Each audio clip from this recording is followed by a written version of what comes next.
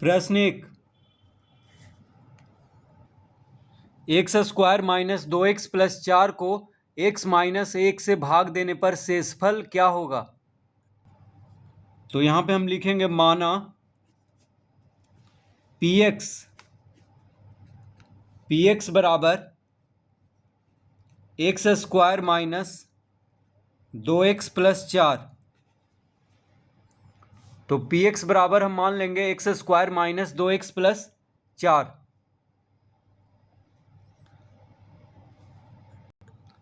तो x square minus 2x plus 4 को px के बराबर मान लेंगे यहां पे।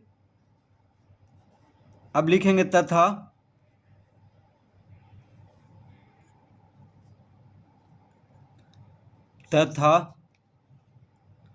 x माइनस 1 बराबर 0 लिख लेंगे। तो px बराबर x square minus 2x plus 4 और x माइनस 1 बराबर 0। तो x का मान कितना हो जाएगा। तो देखिए x का मान हो जाएगा 1। जब x माइनस 1 बराबर 0 हम लिखेंगे तो x बराबर 1 हो जाएगा। माइनस 1 जो है बराबर के दाएं तरफ आकर के प्लस 1 हो जाएगा, यानी x का मान हो जाएगा 1। तो लिखेंगे अतः x माइनस 1 का शून्यक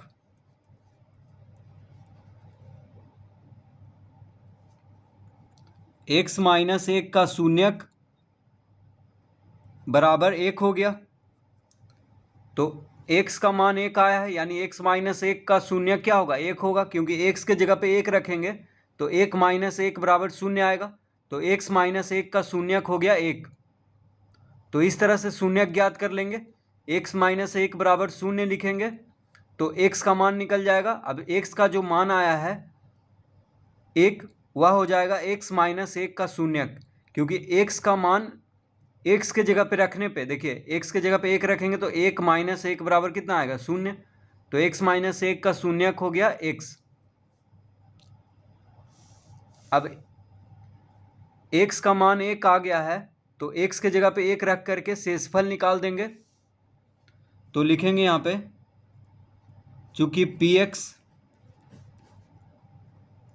px बराबर है x square minus 2x plus 4, यह है px बराबर। तो x का मान कितना आया है, 1 आया है। तो x के जगह पे 1 रखेंगे तो p1 बराबर हो जाएगा 1 का वर्ग माइनस 2 गुना 1 प्लस 4। तो 1 का वर्ग 1 माइनस 2 गुना 1 2 प्लस 4 हो जाएगा। तो 4 1 5, 5 माइनस 2 बराबर आ गया 3। तो शेषफल कितना आएगा, 3 आएगा। तो इस तरह से x माइनस 1 का शून्यक जो 1 आया है उसको x के जगह पे रखने पर कितना आ गया, 3 आ गया। तो 3 आ गया शेषफल, यानी x माइनस 1 से जब x square minus 2x plus 4 को भाग देंगे तो शेषफल 3 आएगा। तो शेषफल प्रमेय से हम इस तरह से बिना भाग दिए हुए शेषफल ज्ञात कर सकते हैं।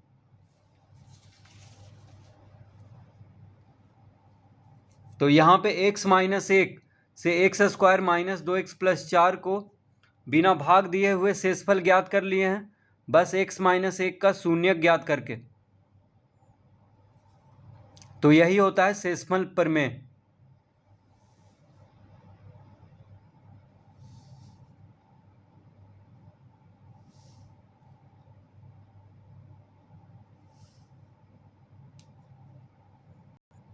प्रश्न 2,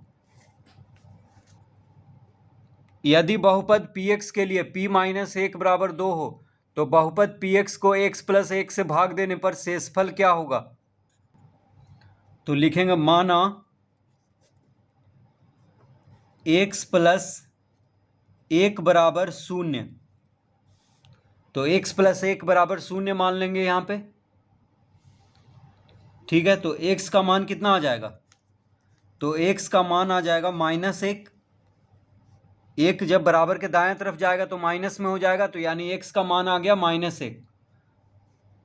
तो अतः x + 1 का शून्यक बराबर -1। तो x + 1 का शून्यक कितना होगा? -1 होगा। ठीक है, क्योंकि x के जगह पे अगर -1 रखेंगे तो -1 + 1 बराबर कितना आ जाएगा? 0। तो x + 1 का शून्यक हो गया -1, यानी x का मान आ गया -1, तो वही हो जाएगा x + 1 का शून्यक। तो अब लिखेंगे प्रश्नानुसार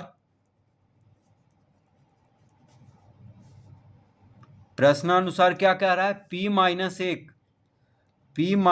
1 बराबर 2। तो देखिए x + 1 का शून्यक -1 है और p - 1 बराबर 2 आया है, यानी x के जगह पे -1 रखने पे कितना आ गया है? 2। तो इसका मतलब शेषफल 2 आया है, क्योंकि x + 1 का शून्यक है -1, यानी x का मान है -1। तो x के जगह पे px होता है, तो x के जगह पे क्या रखा गया है? -1। तो p - 1 बराबर 2 आया है, यानी शेषफल 2 होगा। तो लिखेंगे अतः शेषफल बराबर 2। तो यहाँ पे शेषफल पूछ रहा था, तो शेषफल 2 आएगा, क्योंकि p - 1 बराबर 2 है। तो 2 क्या आता है? शून्यक x के जगह पे रखने पर जो मान आता है वह होता है शेषफल। तो इसका उत्तर आएगा शेषफल बराबर 2।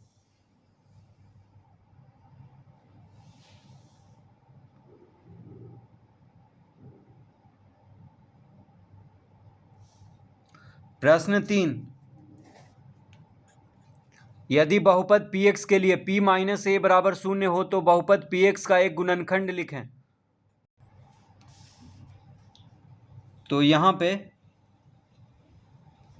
लिखेंगे, चूंकि p - a बराबर 0, p - a बराबर 0,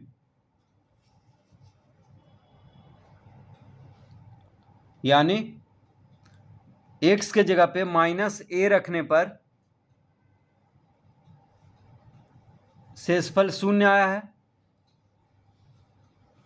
ठीक है, तो लिखेंगे अतः px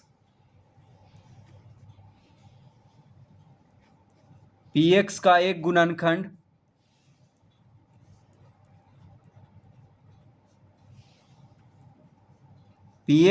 गुणनखंड बराबर x + a -a है। देखिए -a क्या है? x + a का शून्यक है। ठीक है, p - a लिखा हुआ है, इसका मतलब -a जो है x का मान है, यानी x + a का शून्यक है, क्योंकि -a जब x के जगह पे रखेंगे तो -a + a बराबर 0 आ जाएगा।